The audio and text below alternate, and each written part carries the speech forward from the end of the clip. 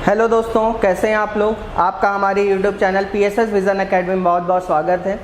जैसा कि हम लोग वादा किए थे आपसे कि बहुत जल्दी हम लोग आपके सामने टेस्ट सीरीज़ लेके आएंगे, तो उसी वादे के अनुसार आज कल हमने आपको पहली टेस्ट 1 करके कराया था। उसमें 10 क्वेश्चन थे। 10 क्वेश्चन अलग अलग वैरायटी के थे और वो सारे क्वेश्चन आपके CHSL का जो एग्ज़ाम आने वाला है और जो रेलवे का एग्ज़ाम है, उन दोनों के लिए वो दोनों क्वेश्चन बहुत ज़्यादा इंपॉर्टेंट है। अगर आप ये क्लास मिस कर रहे हैं तो आप समझ लीजिए बहुत ज़्यादा चीज़ें मिस कर रहे हैं।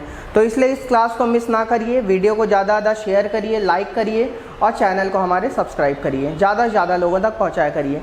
तो चलिए आज की क्लास शुरू करते हैं। अच्छा, दूसरी बात मैं ये बता दे रहा हूँ कि जो हमारा PSS विज़न एकेडमी में ऐप के थ्रू हम लोग क्लासेस ले रहे हैं, वो जो पेड क्लासेस ले रहे हैं, उसकी कल लास्ट डेट थी 25 सितंबर उसकी लास्ट डेट थी, जो कि ख़त्म हो गई है। नए बैच हमारे 5 अक्टूबर से फ्रेशर शुरू हो जाएंगे। अगर मान लीजिए आपको उन्हीं बैच में एडमिशन लेना है तो आप उन बैच में भी एडमिशन ले सकते हैं। जो अभी 25 सितंबर को ख़त्म हुआ उसमें भी एडमिशन ले सकते हैं। अगर आपको लेक्चर आपको सारे प्रोवाइड होंगे। अगर आपको नए बैच का इंतज़ार करना है तो फिर उसके लिए आपको 5 अक्टूबर से 10 अक्टूबर तक के बीच में एडमिशन उसमें लेना पड़ेगा, जिसमें कि हम लोग आपको MPSI और MP कांस्टेबल के लेवल की तैयारी कराएंगे। और बहुत जल्दी आपका SSC का भी एक बैच आपका आने वाला है, तो जो कि पेड रहेगा और वो आपको PSS विज़न एकेडमी की ऐप पे ही मिलेगा। और जैसा कि हम पहले भी आपको बता चुके हैं, जो भी बच्चे एडमिशन लेते हैं जब वो ऑफलाइन क्लास लेंगे तो उनकी ये वाली फ़ीस हम लोग क्या कर देंगे, माइनस कर देंगे। इसलिए घबराने की ज़रूरत नहीं है, ठीक है। और जो लोग ऑफलाइन नहीं भी लेते उनके लिए ऑनलाइन लेक्चर फिर भी प्रोवाइड हम लोग करते रहेंगे, ठीक है। बैच कंप्लीट किया जाएगा। तो चलिए आज की क्लास शुरू करते हैं। आज की क्लास शुरू करने से पहले सामने एक क्वेश्चन लिखा, उसको पढ़ लेते हैं। लिखा हुआ द टोटल कॉस्ट, ये आपका प्रॉफिट लॉस का क्वेश्चन है।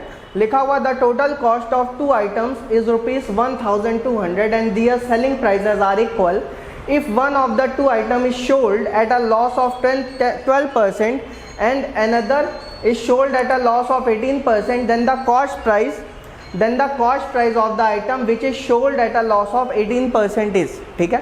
क्वेश्चन में कह रहा है दो वस्तुओं की कुल लागत मूल्य ₹10,200 है, ठीक है। दो वस्तुएं हमारे पास, उन दोनों की कुल लागत मूल्य का मतलब कि दो वस्तुओं का ये टोटल CP दिया गया कितना, ₹10,200। एवं उनकी बिक्री मूल्य बराबर, बिक्री मूल्य का मतलब सेलिंग प्राइस उनका बराबर है। कह रहा है यदि दोनों में से एक को 12% हानि पर, मतलब पहली वस्तु को 12% हानि पर बेचा गया और दूसरी वस्तु को 18% हानि पर बेचा गया, तो वही आपसे कह रहा है कि आखिर जो 18% हानि पर बेचा जा रहा है उसका CP क्या होगा, सेलिंग कॉस्ट प्राइस क्या होगा, ठीक है। देखो, इस क्वेश्चन को करने का एक तरीका भी होता है, वो तरीका भी मैं चाहूँ तो बता सकता हूँ, लेकिन वो तरीका मैं नहीं बताऊँगा आपको, मैं इसको बेसिक से ही ख़त्म करा दूँगा, ठीक है। क्योंकि क्या है कि मैं इसको एग्जाम के पॉइंट ऑफ व्यू से करा रहा हूँ, तो हो सकता है आपको तरीका उस समय ना याद हो, तो उससे लिए बेसिक ही आपको, ठीक है।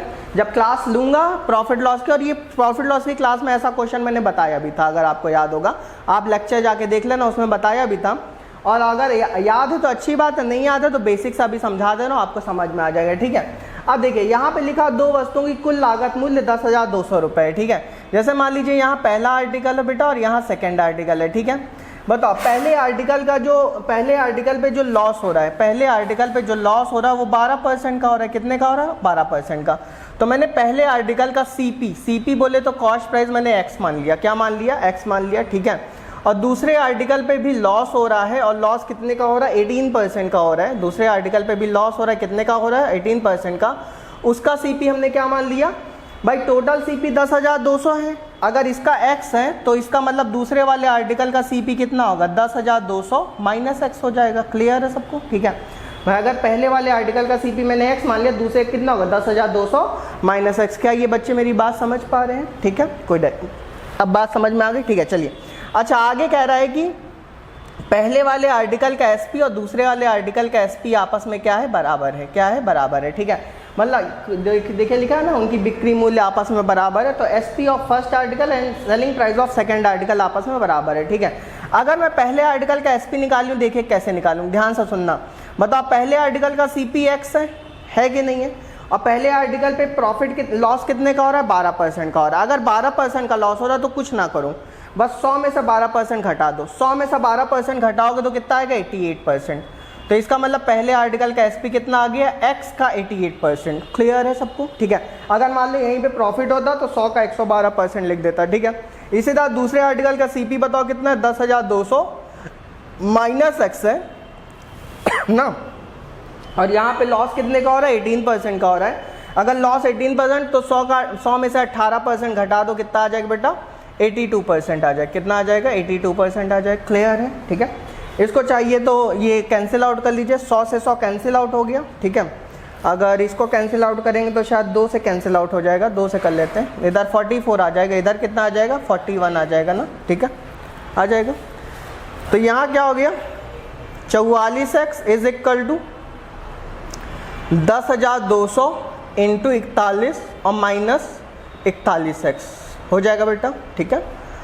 और 41x को इधर लेते आएंगे तो कितना हो जाएगा, 4 1 5 और 5 4 9, 95x। 95x बराबर 10,200 इंटू 41। क्लियर है, ठीक है।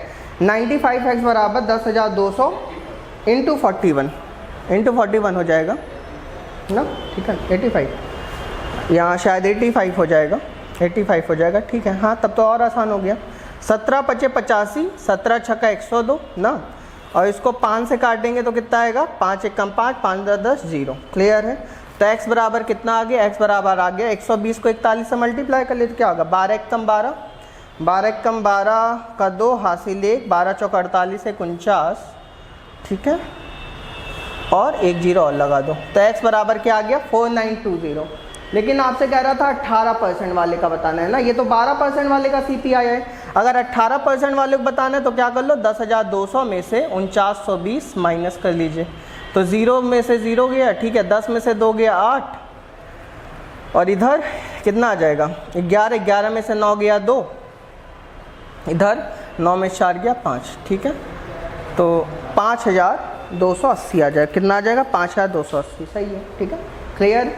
देखो कैलकुलेशन आपको अपने आप से ही करनी है, बस आपको कॉन्सेप्ट समझ में आना चाहिए। अगर लॉस 12% का हो रहा है, इसका CPX मान लिया, इधर लॉस 18% का हो रहा है तो इसका 10,000। अगर मान लो इसका x मानना है तो ये 10,200 माइनस x हो जाएगा, ठीक है। बस आपको क्या करना है, क्योंकि दोनों का SP सेम है तो x का क्या कर दो, 88% बराबर x का इसका 82%। सॉल्व कर लें, ठीक। चलिए अगला क्वेश्चन देखते हैं। अगला क्वेश्चन बेटा, ये सारे क्वेश्चन आपके CHSL के एग्जाम में या फिर रेलवे के एग्जाम में या फिर आप किसी भी एग्जाम की तैयारी कर रहे हो, MPSI MP कांस्टेबल, किसी एग्जाम में बेटा ऐसे ही क्वेश्चन पूछे जाते हैं, ठीक है, और आपको आने चाहिए। चलिए अगला क्वेश्चन देखते हैं। अगला क्वेश्चन देखिए मिक्सचर एंड एलिगेशन का है, ठीक है, मिक्सचर एंड एलिगेशन का है। देखिए क्या क्वेश्चन है, in 2 vessels A and B spirit and water are in the ratio 2:1, ठीक है। मतलब 2 मेरे पास बर्तन है, एक बर्तन A है और एक बर्तन B है। पहले वाले बर्तन में स्प्रिट और वाटर का रेशियो 2:1 है और दूसरे वाले बर्तन में मतलब B बर्तन में स्प्रिट और वाटर का रेशियो 2:3 है। कह रहा है तो इनको किस अनुपात में मिलाया जाए, इन दोनों बर्तनों को किस अनुपात में मिलाया जाए कि मिक्सचर में पानी आधा हो जाए, मतलब कि स्प्रिट भी आधा हो जाए और पानी भी क्या हो जाए, आधा हो जाए, ठीक है। अब देखिए यहाँ क्या कह रहा है, 2 बर्तनों A और B में स्प्रिट और पानी का मिश्रण क्रमशः 2:1 और 2:3 में है। यदि दोनों मिश्रणों को तीसरे बर्तन में मिलाने से प्राप्त मिश्रण में पानी की मात्रा 1/2, मतलब इन दोनों को जब मैं मिला दूं तो जो इन दोनों का मिक्सचर बने उसमें पानी कितना हो जाए, 1/2 हो जाए। तो वही कह रहा है कि आखिर दोनों मिश्रणों से कितनी मात्रा मिलाई गई ना। चलिए इस क्वेश्चन का भी सोल्यूशन देख लेते हैं। आइए देखो, इस क्वेश्चन को मैं एलिगेशन से आपको कराने जा रहा हूँ, ध्यान सुनना। एलिगेशन मैंने आज तक आपको पढ़ाया नहीं, क्लास में पढ़ाया था, अभी वीडियो में कभी नहीं पढ़ाया है, ठीक है, लेकिन मैं सिखाऊंगा तो आपको समझ में आ जाएगा। जैसे मान लो ये वाला पहला बर्तन A है और दूसरा बर्तन B है, क्लियर है, ठीक है। अच्छा बताओ, पहले वाले बर्तन में मेरे भाई 2:1 था ना, किसका रेशियो, स्प्रिट का और वाटर का, किसका, इसका स्प्रिट का और वाटर का रेशियो 2:1 था, ठीक है। देखो बेटा, चाहे एलिगेशन स्प्रिट में के रिस्पेक्ट बना लो, चाहे एलिगेशन पानी के रिस्पेक्ट बना लो, तो मैं एलिगेशन किस में बनाऊंगा, पानी में बना लेता हूँ। क्यों, जिसका रेशियो छोटा हुआ करो उसी के रिस्पेक्ट में किया करो तो कैलकुलेशन थोड़ी सी क्या हो जाएगी, आसान। अगर मैं कहूँ A बर्तन में जो स्प्रिट पानी का रेशियो 2:1 है, तो बताओ इसमें पानी कितना होगा, तो बच्चे कहेंगे पानी 1 होगा। नहीं बेटा, पानी 1 नहीं होगा। पानी जानते हो कितना होगा, पानी 1 तो होगा, लेकिन कितने में से, 3 में से। बात समझ में आ रही है, ठीक है। पानी 1 होगा कितने में से, 2 1 3, क्लियर है। अगर मैं कहूँ स्पीड कितना होगा तो 2 होगा कितने में से, 3 में से, मतलब स्पीड 2/3 होगा, ठीक है। मतलब पहले देखो यहाँ पे जो एलिगेशन बन रहा है वो किसके रिस्पेक्ट बन रहा है, पानी के रिस्पेक्ट बन रहा है। किसके रिस्पेक्ट बन रहा है, पानी के रिस्पेक्ट, ठीक है। तो पहले वाले बर्तन में पानी कितना है, 1/3 है, क्लियर है। अब दूसरे वाले बर्तन में की बात कर लो, दूसरे वाले बर्तन में कितना है, 2:3 है। तो अगर दूसरे वाले बर्तन में मैं कहूँ पानी कितना है तो 5 है। क्लियर है, बात समझ रहे? आप देखो पानी में बात करो तो पानी में करना, ये ना करना कि यहाँ पे छोटा रेशियो 2 देख रहे हो तो यहाँ 2/5 लिख लो, ठीक है? क्योंकि एलिगेशन जो बनता है वो हमेशा सेम चीज के संग बनता है, या तो पूरा एलिगेशन पानी के संग बनेगा या तो पूरा एलिगेशन स्पिरिट के संग बनेगा। तो यहाँ पे मैं पानी की बात करूँ तो इसमें पानी 1/3 है, इसमें पानी 3/5 है, ठीक है? अच्छा, जब मैंने इन दोनों को मिला दिया तो एक मिक्सचर बना, और जो मिक्सचर बना उसमें पानी कितना हो गया 1/2। तो अब इसमें सीधे 1/2 लिखो, क्योंकि साफ साफ लिखा हुआ है ना मिक्सचर में पानी की मात्रा 1/2 है, ठीक है? तो यहाँ सीधे सीधे क्या लिख लो, 1/2 लिख लो। आप देखो कैलकुलेशन कैसे आसान बनानी है, ठीक है? देखो बेटा, कैलकुलेशन आसान बनाने का तरीका ये होता है, क्या होता है कि बेटा इसमें बड़े में से छोटा माइनस होता है, ठीक है? इसमें बड़े में छोटा माइनस होता है, लेकिन अब देखो इस तरह से माइनस करना थोड़ा सा मुश्किल काम है, मैं इसको आसान बनाता हूँ। यहाँ पे 3, 2, 5 को देख रहे हो कि नहीं देख रहे हो? दिख रहा है ना, ठीक है? तो इस 3 को ढक लो, ढक लिए। बताओ 5 दूना 10 होता है, 5 दूना कितना होता है 10, तो यहाँ 10 से मल्टीप्लाई कर दो, और यहाँ भी किससे मल्टीप्लाई कर दो 10 से, ठीक है? अब 2 को ढक लो, बताओ 5 यहाँ कितना होता है 15, तो यहाँ किससे मल्टीप्लाई कर दो 15 से, यहाँ भी किससे कर दो 15 से। क्लियर है? अब इस 5 को ढक लो, यहाँ पे क्या दिख रहा है 3 और 2 दिख रहा है, तो 3 दूना कितना होता है 6, तो इसको 6 से मल्टीप्लाई, इसको 6 से, ठीक है? अब देखो सबके डिनोमिनेटर में 30 आ गया, यहाँ भी 30 आ गया, यहाँ भी। इसका मतलब अब मुझे डिनोमिनेटर से कोई मतलब नहीं है, अब मुझे कैल किससे मतलब है, न्यूमरेटर से मतलब है, ठीक है? तो बताओ 6 3 18 और 15 कम 15, 18 में से 15 क्या कितना बचा 3, क्योंकि बड़े में छोटा घटाना है, ठीक है? इसी तरह यहाँ 10 1 कम 10 और 15 1 कम 15, 15 में से 10 गया कितना बचा 5। आंसर आ चुका है। पहले वाले बर्तन और दूसरे वाले बर्तन को किस अनुपात में मिलाया गया, 3:5 में मिलाया गया, और यही आपका आंसर है। कौन सा भी ऑप्शन सही है। क्लियर है सबको, ठीक है? अगर आपको ना समझ में आए तो एक बार वीडियो फिर से देख लीजिएगा, समझ में आ जाए, कोई इतनी बड़ी बात नहीं है, ठीक है? चलिए अगला क्वेश्चन देखते हैं। अगला क्वेश्चन बेटा अच्छा क्वेश्चन है, काफ़ी अच्छा क्वेश्चन है। इसमें इंग्लिश वाला आपको दिख रहा है, पहले मैं इंग्लिश में पढ़ के सुना दे रहा हूँ, फिर इसको स्लाइड करके हिंदी में ले आऊँगा, तो हिंदी में आपको पढ़ के सुनाओ, सॉल्व भी करा दूंगा, ठीक है? चलिए आइए शुरू करते हैं।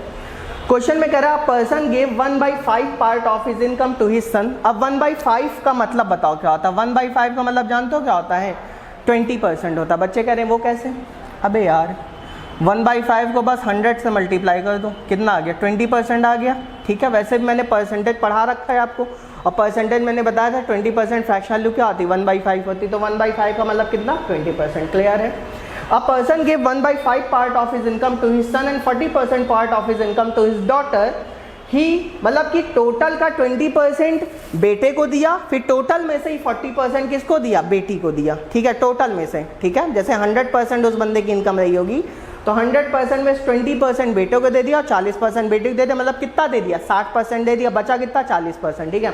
आगे तो क्या करा, he lent out the remaining money in 3 trust ABC in the ratio 5:3 ratio. मतलब जो बाकी का बचा 40% था, उस 40% को इसने एक ट्रस्ट में बांट दिया, 3 ट्रस्ट में बांटा। कितने ट्रस्ट में बांटा? 3 ट्रस्ट में बांटा। पहली ट्रस्ट को 5 रेशियो में दिया, दूसरी ट्रस्ट को 3 रेशियो में दिया, तीसरी ट्रस्ट को 2 रेशियो में दिया, ठीक है?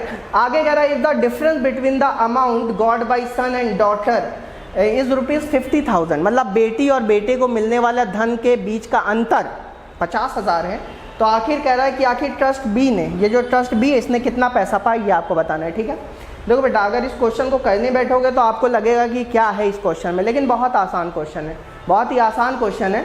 अब देखिए इस क्वेश्चन कैसे करेंगे। कह रहा है एक व्यक्ति ने अपनी आय का 1/5 भाग, 1/5 को पहले मैं यहाँ 20% लिख दे रहा हूँ, ठीक है? 20% भाग अपने लड़के को दे दिया, 40% भाग अपनी बेटी को दे दिया। उसने अपनी शेष आय 3 ट्रस्टों ABC के नाम 5:3:2 के अनुपात में दान कर दिया। यदि उसके बेटे तथा बेटी को मिली राशि का अंतर 50,000 रुपये है, तो उसने ट्रस्ट बी में कितनी रकम का निवेश किया था। अब देखिए इस क्वेश्चन को कैसे करेंगे, ध्यान से सुनना, जैसे मैं कह रहा हूँ वैसे ही करना बेटा, ठीक है? जैसे मान लो बेटा उस बंदे के पास टोटल 100% था। देखो बेटा, अगर x मान के करोगे तो निपट जाओगे वहीं पे, x मान के नहीं करना आपको कैसे करना, परसेंटेज से करना इस क्वेश्चन को, ठीक है?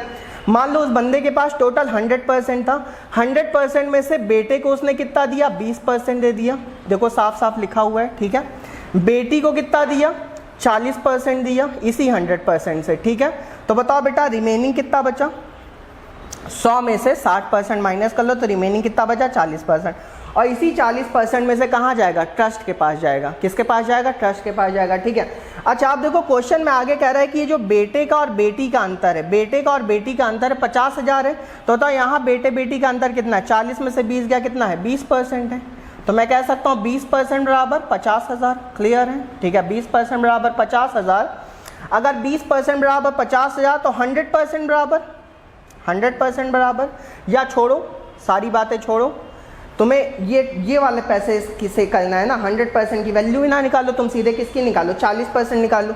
तो बताओ 20% बराबर 50,000 तो 40% बराबर, बताओ 20 का दुगना 40 तो 50,000 का दुगना 1 लाख।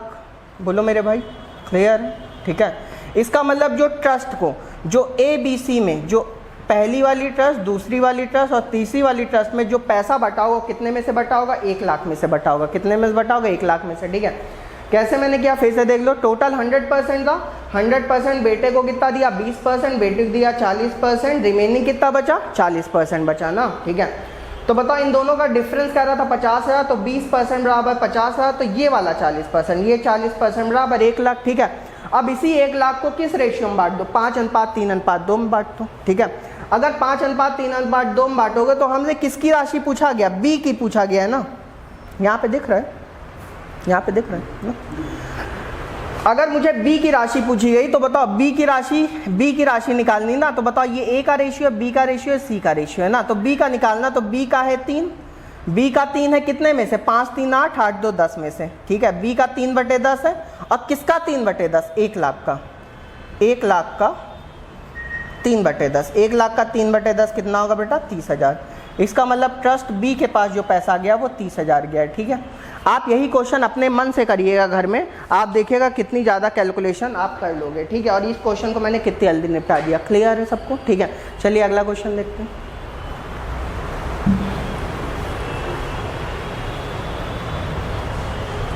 अगला क्वेश्चन कह रहा है ए इनकम, ये इस तरह के क्वेश्चन बहुत पूछे जाते हैं छोटे छोटे एग्जाम में, ठीक है। तो इस क्वेश्चन के ऊपर प्रैक्टिस कर लीजिएगा ना।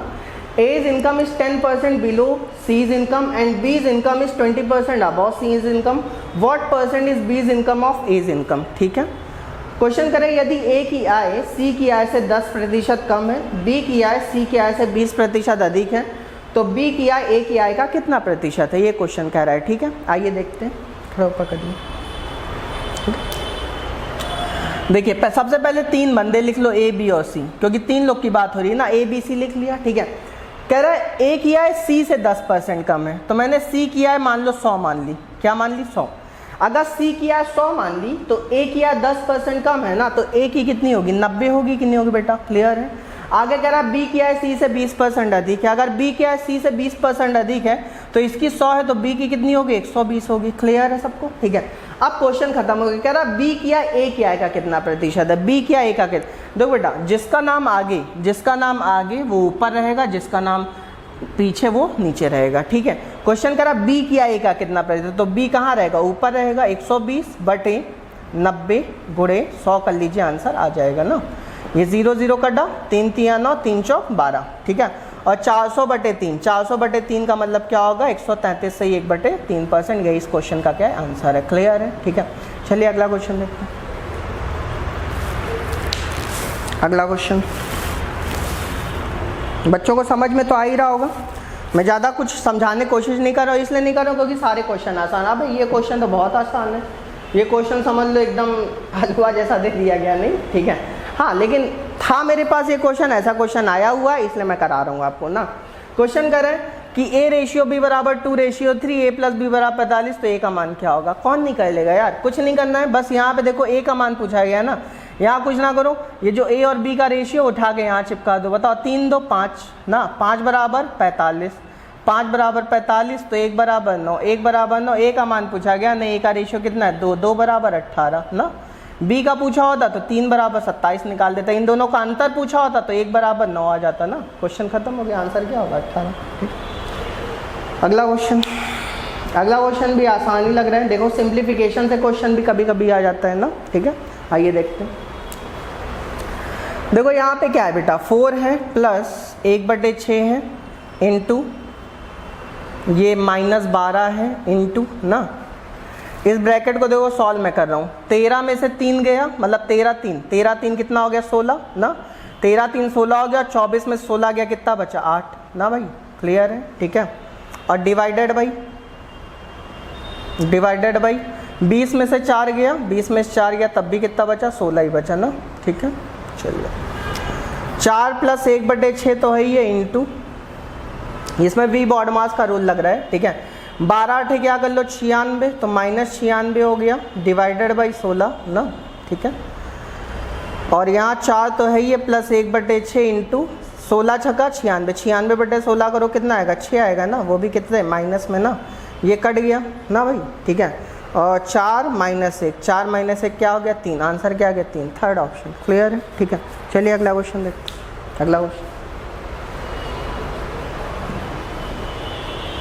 अगला क्वेश्चन भी आसान क्वेश्चन ही है। क्वेश्चन कह रहे हैं in a rope 84 metre long is divided in the ratio 7:5, find the length of the longer piece.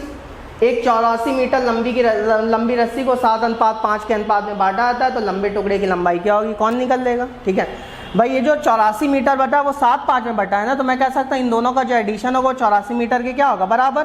तो 7 5 12, 12 बराबर 84 मीटर। अगर 12 बराबर 84 मीटर तो 1 बराबर 7 मीटर, 1 बराबर 7 मीटर। ये सारे क्वेश्चन एग्जाम में बिठाए हुए हैं। ठीक है, 1 बराबर 7 मीटर आपसे बड़े वाले एक भाग की पूछ रहा है ना, तो बड़ा वाला भाग मतलब जिसका रेशियो बड़ा वो भाग भी बड़ा, तो 7 बराबर 49 मीटर ना। आंसर क्या आ गया, 49 मीटर, डी ऑप्शन। चलिए अगला देखते हैं।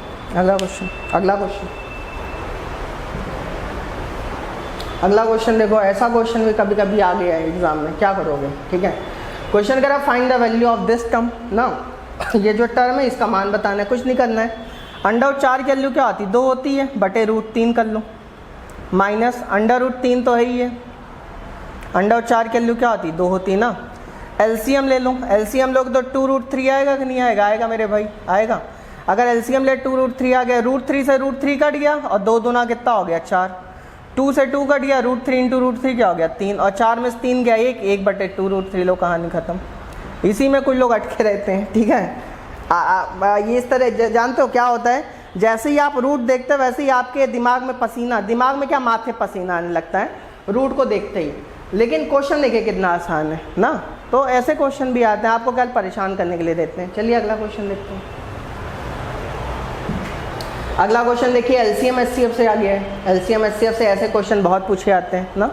देखिए क्वेश्चन कह रहा है, और ये समझ लो एलसीएम एचसीएफ का ये अच्छा क्वेश्चन है, ये जो अच्छा क्वेश्चन है। ठीक है, मैं अच्छे से इसको समझाऊंगा भी। क्वेश्चन कह रहा है let X be the least number which upon being divided by 2 3 4 5 6 leaves in each case a remainder 1 but leaves no remainder when divided by 7, the sum of the digit of x is। x वह छोटी से छोटी संख्या है जिसे 2 3 4 5 6 से विभाजित करने पर प्रत्येक स्थिति में शेषफल 7 बचता है। मतलब एक संख्या होगी जिसको 2 से भाग दिया जाए तब भी शेषफल 1 आ रहा, 3 से दिया जाए तब भी 1 आ रहा, 4 से दिया तब भी 1 आ रहा, 5 से तब भी 1 आ रहा, 6 से दिया तब भी शेषफल क्या आ रहा है, 1 आ रहा है। ठीक है, कह रहा है लेकिन जब 7 से विभाजित किया आता है तो कोई शेषफल नहीं आता है। 7 से अगर वही जो x संख्या अगर उसको 7 से मैं भाग दूं तो कोई शेषफल नहीं आ रहा है। तो वही कह रहा है जो संख्या x आएगी उसके अंकों का योग बताना, संख्या नहीं बतानी, अंकों का योग बताना ना। अगर संख्या यहाँ दे दी होती ना बेटा तो आप फटाक से आंसर निकाल देते हैं। अब ये लोग बदमाशी करते हैं, संख्या नहीं देते, संख्या के अंकों का योग देते हैं। बात समझ में आ रही है। ठीक है, अगर यहाँ संख्या दी होती मैं ऑप्शन से एक क्वेश्चन खत्म कर देता, क्योंकि संख्या नहीं दी है, संख्या के अंकों का योग पूछा गया, इसलिए मुझे पूरा करना पड़ेगा। अब देखिए कैसे करेंगे। जब भी इस तरह क्वेश्चन है, अभी यहाँ तक ही क्वेश्चन पढ़ना, यहाँ तक कि x व छोटी छोटी जैसे 2 3 4 5 से विभाजित करने पर प्रत्येक शेषफल 1 बचता, अभी यहाँ तक क्वेश्चन पढ़ना। ठीक है, पहले x तो निकालें, आइए देखते हैं x निकालते हैं। x इज इक्वल टू क्या होगा, LCM of 2 3 LCM of 2 3 4 5 6 LCM of 2 3 4 5 6 plus 1 ना। x इज इक्वल टू क्या हो गया, एलसीएम ऑफ 2 3 4 5 6 प्लस 1। बात समझ में आ रही है। ठीक है, कभी भी आज के बाद से सुन लो, अगर हर एक कंडीशन में शेषफल समान बचता है, अगर हर एक कंडीशन में शेषफल समान बचता है तो उस कंडीशन में आप क्या करोगे, बल्कि यहाँ आगे एक k भी लगा लो बेटा, k टाइम्स। k क्यों लगवा रहा हूँ अभी बताऊंगा ना। x is equal to k times LCM of 2 3 4 5 6 plus remainder. Clear है। ठीक है, अब देखो x is equal to k times 2 3 4 5 6 का एलसीएम तो भाई कोई भी निकाल सकता, बताओ कितना होता है, 60 होता है ना, प्लस 1। भाई 2 3 4 5 6 का एलसीएम तो निकाल लोगे ना, नहीं निकाल पाते ऐसे निकाल लो। 2 3 4 5 6 में सबसे बड़ा नंबर 6 है, 6 का टेबल पढ़ो और तब तक पढ़ो जब तक तुम्हें ऐसा नंबर ना मिल जाए जो 6 से भी कटे, 5 से भी कटे, 4 से भी, 3 से भी, और 6 दाम 60 होता है, और जो 60 होता है वो 6 से भी कटता है, 5 से भी, 4 से भी, 3 से भी और 2 से भी। क्लियर है? ठीक है, तो 2 3 4 5 6 का एलसीएम 60 हो गया +1। ठीक है, लेकिन अभी देखो, अभी हमारे पास आंसर नहीं आया, अभी हमारे पास आंसर नहीं आया। ठीक है, अब आंसर देखना कैसे निकालेंगे। देखो हमें x का मान तो पता चल गया, क्या है? x का मान है 60k + 1। क्या है बेटा?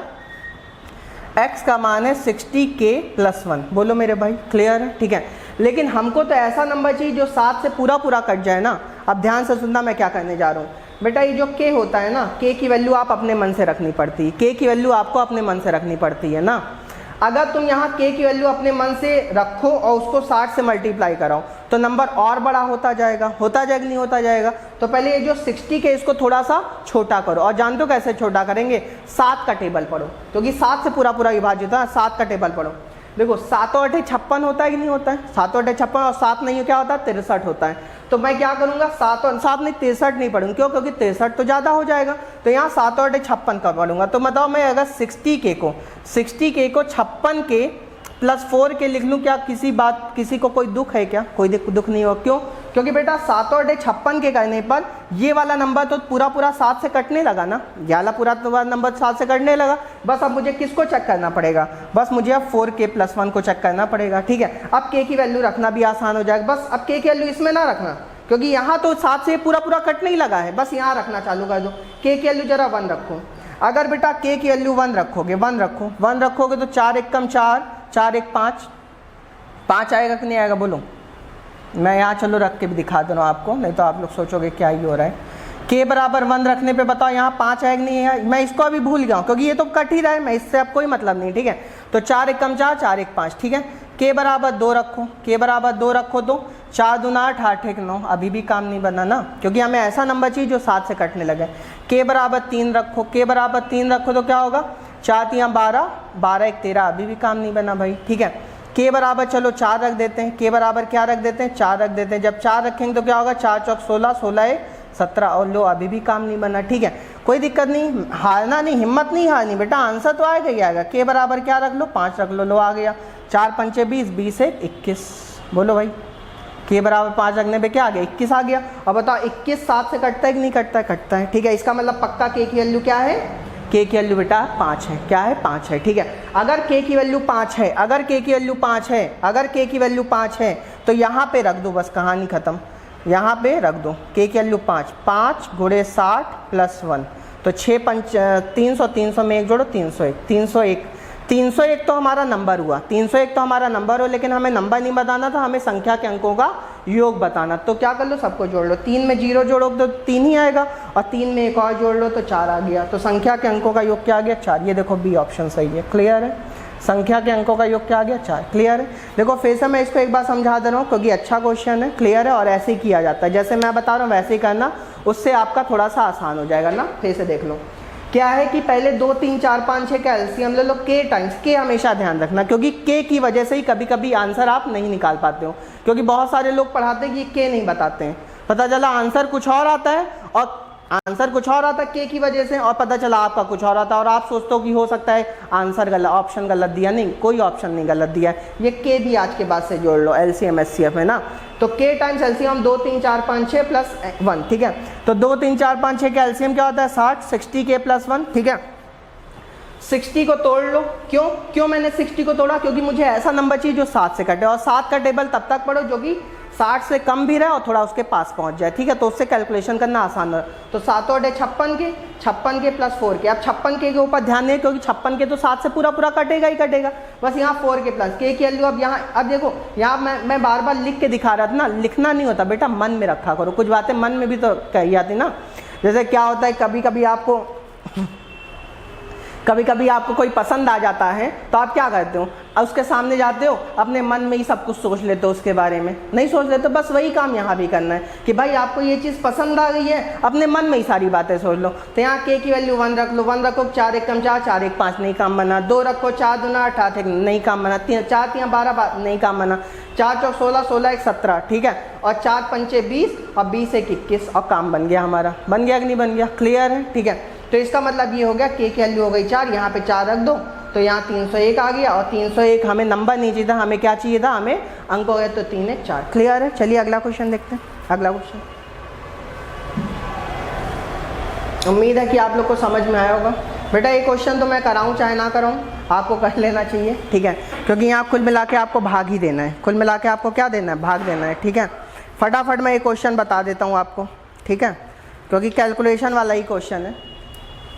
देखो क्वेश्चन में कह रहा है कि ये जो फ्रैक्शनल नंबर दिए हैं इनको बढ़ते क्रम में लगाओ। बढ़ते क्रम का मतलब छोटे से बड़ा, ठीक है, छोटे से बड़ा। तो कुछ नहीं करना इसमें, जो एग्ज़ाम में हमारा दिमाग काम करता है, हमारे दिमाग में कुछ नहीं काम करता, केवल एक बात आती, कहते हैं भाग दे दो, ठीक है। ज़रा यहाँ भाग दो, यहाँ दे दूँ क्या, चलो यहाँ दे देता हूँ, यहाँ भाग दो। जब भाग दोगे तो 0.6 समथिंग आएगा कि नहीं आएगा। यहाँ भाग दोगे तो 70 होगा, 12 पंचे 60, 0.5 ना, 12 पंचे 60, 12 पंचे 60 होगा, ठीक है, 10 बचेगा, ठीक है, और 12 8 96, 0.58 आएगा समथिंग ना। और इसको करोगे तो क्या आएगा, 16 छक्का 6 16 7 16 8 बार जाएगा, 16 8 128 ना। यहाँ करोगे तो क्या आएगा, 0.55 समथिंग आएगा, ठीक है, 29 का 5 पॉइंट आ जाए, देख लेना, ठीक है। यहाँ 0.75 आ जाएगा, ठीक है। तो बताओ सबसे छोटे से बढ़ते क्रम में लगाना है ना, तो छोटे से बड़ा, तो सबसे छोटा कौन है, 0.55 है, तो सबसे पहले 16/29 लगा लो। कौन लगा लो, 16/29 ना। उसके बाद कौन बड़ा है, 0.58, तो 7/12 लगा लो ना। उसके बाद का कौन बड़ा है, 0.6 है ना, तो 5/8 लगा लो। उसके बाद का कौन बड़ा है, 0.75, तो 3/4 लगा लो। उसके बाद का कौन बड़ा है, 13/16, तो 13/16 लगा लो, कहानी ख़त्म हो गई ना। तो कौन सा ऑप्शन सही है बेटा, कौन सा ऑप्शन सही है, पहले ही ऑप्शन सही है क्या, अरे वाह, पहला ऑप्शन सही है। क्लियर है, ठीक है। तो आपने देखा आज भी हम लोग ने 10 क्वेश्चन डिस्कस किए, इसी तरह डेली हम लोग 10 क्वेश्चन डिस्कस करेंगे। और आज के लिए इतना ही। आप लोग अपना ध्यान रखिए, ख्याल रखिए, खुश रहिए, पढ़ाई करते रहिए। थैंक यू सो मच, ठीक है। चलिए आज की क्लास ख़त्म करते हैं।